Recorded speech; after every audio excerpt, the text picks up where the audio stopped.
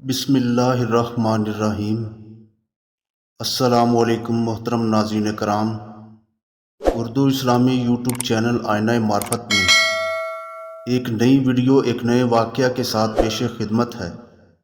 ایک صحابیہ رضی اللہ عنہا کا عجیب واقعہ ہے کہ ان کی شادی ہوئی تو اللہ تعالیٰ نے ان کو حسن و جمال بھی عجیب دیا تھا، اور شادی بھی ایک بڑے امیر کبیر صحابی رضی اللہ تعالیٰ عنہ سے ہوئی جن کے پاس رزق کی فراخی تھی، ہر طرح کے عیش و آرام کے سامان تھے، میاں بیوی میں خوب محبت تھی اور اچھا وقت گزر رہا تھا، حتیٰ کہ بیوی اپنے خاوند کی خدمت بھی کرتی اور انہیں خوش بھی رکھتی۔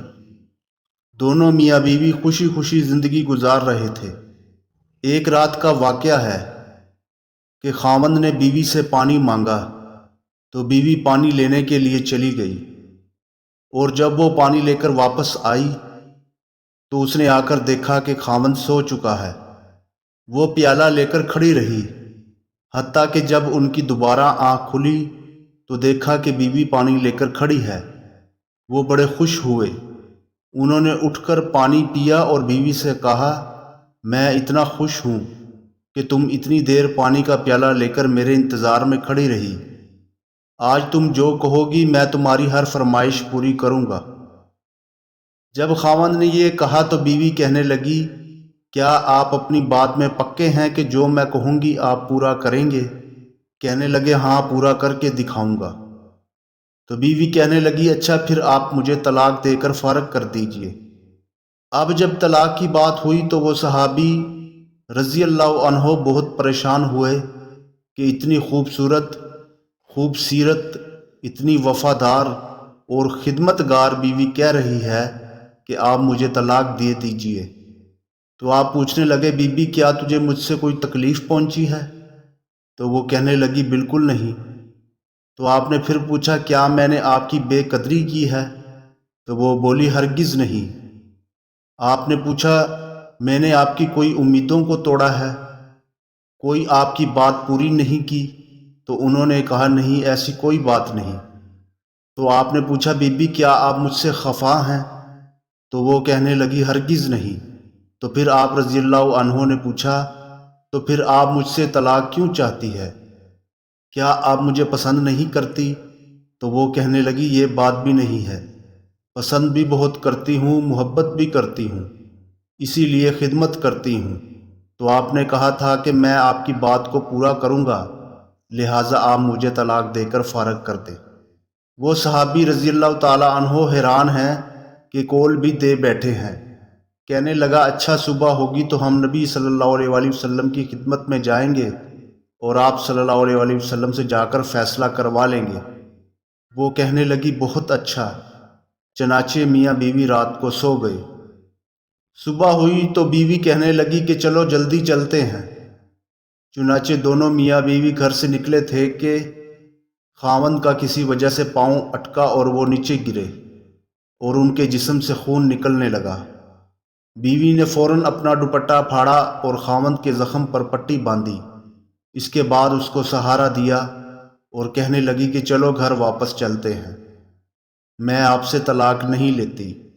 وہ صحابی رضی اللہ تعالیٰ عنہ حیران ہوئے کہ جب تم نے طلاق کا مطالبہ کیا تو نہ مجھے اس وقت سمجھ میں آیا، اور اب کہتی ہو کہ طلاق نہیں چاہیے تو نہ اب مجھے سمجھ میں آ سکا۔